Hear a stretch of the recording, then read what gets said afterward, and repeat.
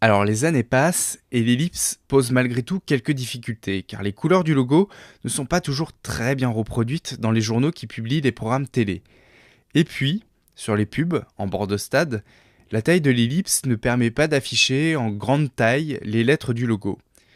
D'où la création d'une version alternative, le logo dit bord de stade, épuré de l'ellipse. On est alors en 1995 et l'habillage de Canal+ va se réinventer.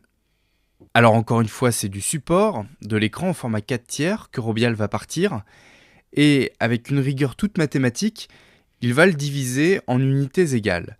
Et petit à petit, c'est l'architecture de l'image qui se dessine. Parallèlement à cela, les lettres du logo sont inscrites dans un cartouche, dont les proportions sont choisies pour s'inscrire parfaitement dans la grille à l'écran, et ce gabarit permet de créer des compositions faites de rectangles de couleurs. L'habillage sonore est également repensé, toujours sous la houlette de Philippe Edel et d'Arnaud DeVos, mais il prend une tournure plus acoustique. Les voix et les synthés laissent place aux chants d'oiseaux, à des sonorités plus proches des musiques du monde, et un beau jour, d'août 95, voici ce que découvrent les téléspectateurs au démarrage des programmes.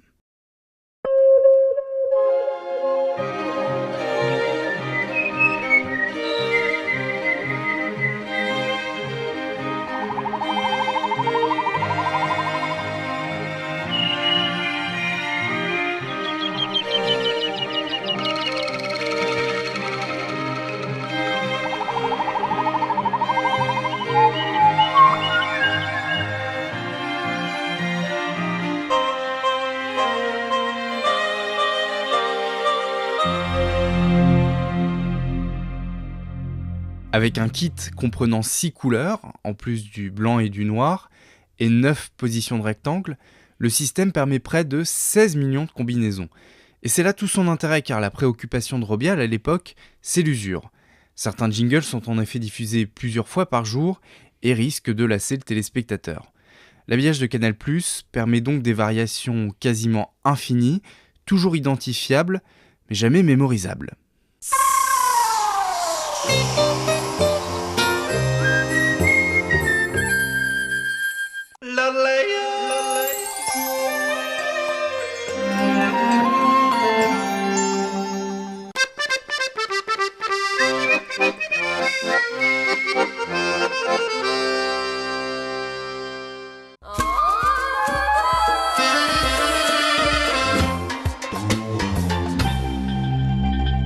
Mais revenons un instant sur l'habillage sonore, car lui aussi a été pensé dans un souci de déclinaison. Et ainsi, toutes les animations et tous les sonores ont été composés sur la même rythmique.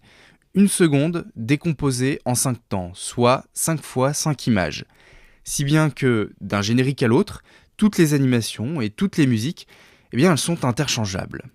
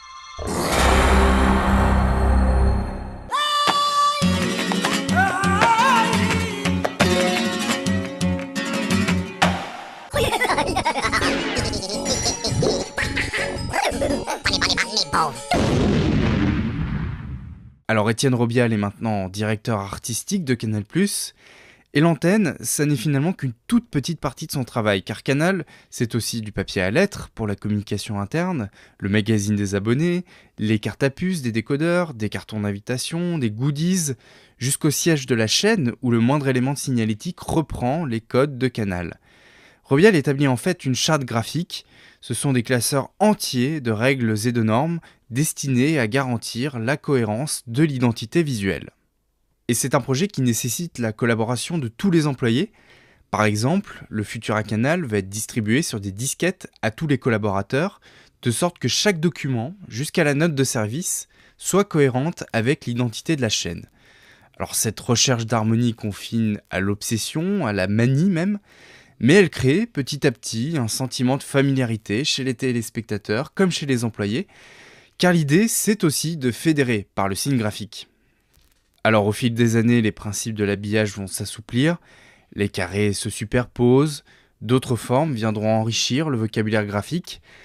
En réalité, l'identité de Canal, elle a besoin d'évoluer car c'est maintenant une multinationale, un groupe riche de centaines de filiales, en France comme à l'étranger. Et un nouvel instrument va faire son apparition dans l'habillage sonore de la chaîne. En 2003, c'est Stéphane Saunier qui, avec la complicité de Florent Barbier, supervise l'identité sonore de Canal, et c'est eux qui décident d'introduire le xylophone dans les génériques de la chaîne. Et en fait, cet instrument a le grand avantage de ne pas être géographiquement connoté, ce qui permet aux chaînes Canal, à l'étranger, de se l'approprier.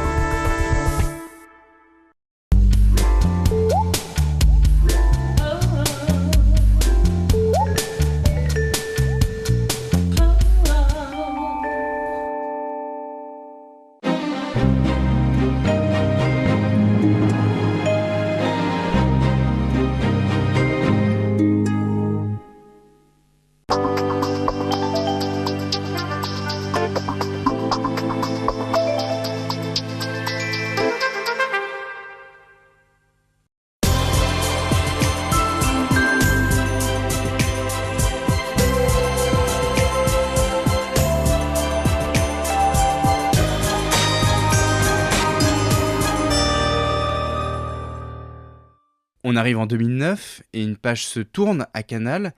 Olivier Schack succède à Étienne Robial à la direction artistique de la chaîne et il lance le chantier d'un nouvel habillage avec le concours de l'agence britannique Devilfish et de Norbert Gilbert pour la partie sonore. Mais le projet est complexe car comment faire évoluer une identité aussi emblématique et puissante ? Alors ce nouvel habillage ne fait pas table rase du passé, loin de là. Les fondamentaux sont là, le logotype, les typographies, et puis la voix fait son retour dans l'identité sonore. Mais pour la toute première fois, dans l'histoire de Canal, l'habillage repose sur des prises de vue.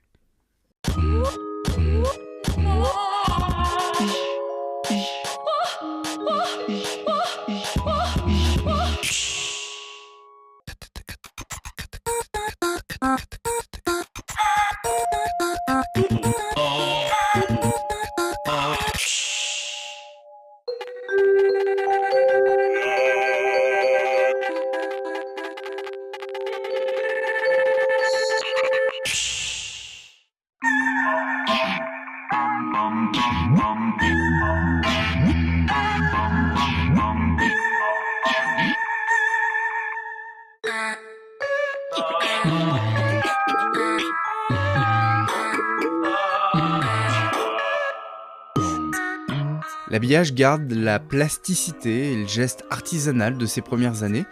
L'image devient un terrain d'expérimentation pour la chaîne. Sur cinéma par exemple, on va gratter et peindre directement la pellicule pour obtenir des effets lumineux.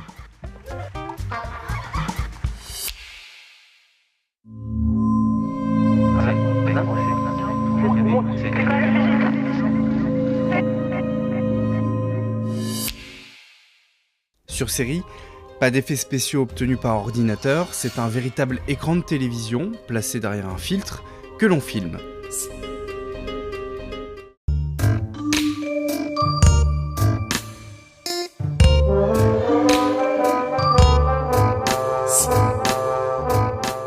Enfin sur sport, c'est tout un dispositif de LED et de miroir qui se cache derrière les jingles.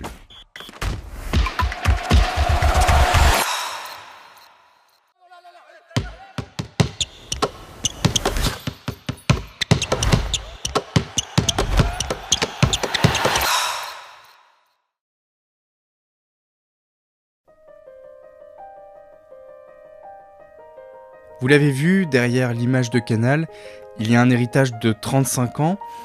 Alors cette longévité, elle témoigne de la force exceptionnelle des signes, bien sûr. Mais elle dit aussi, peut-être, à quel point ces images et ces musiques sont entrées dans notre imaginaire commun.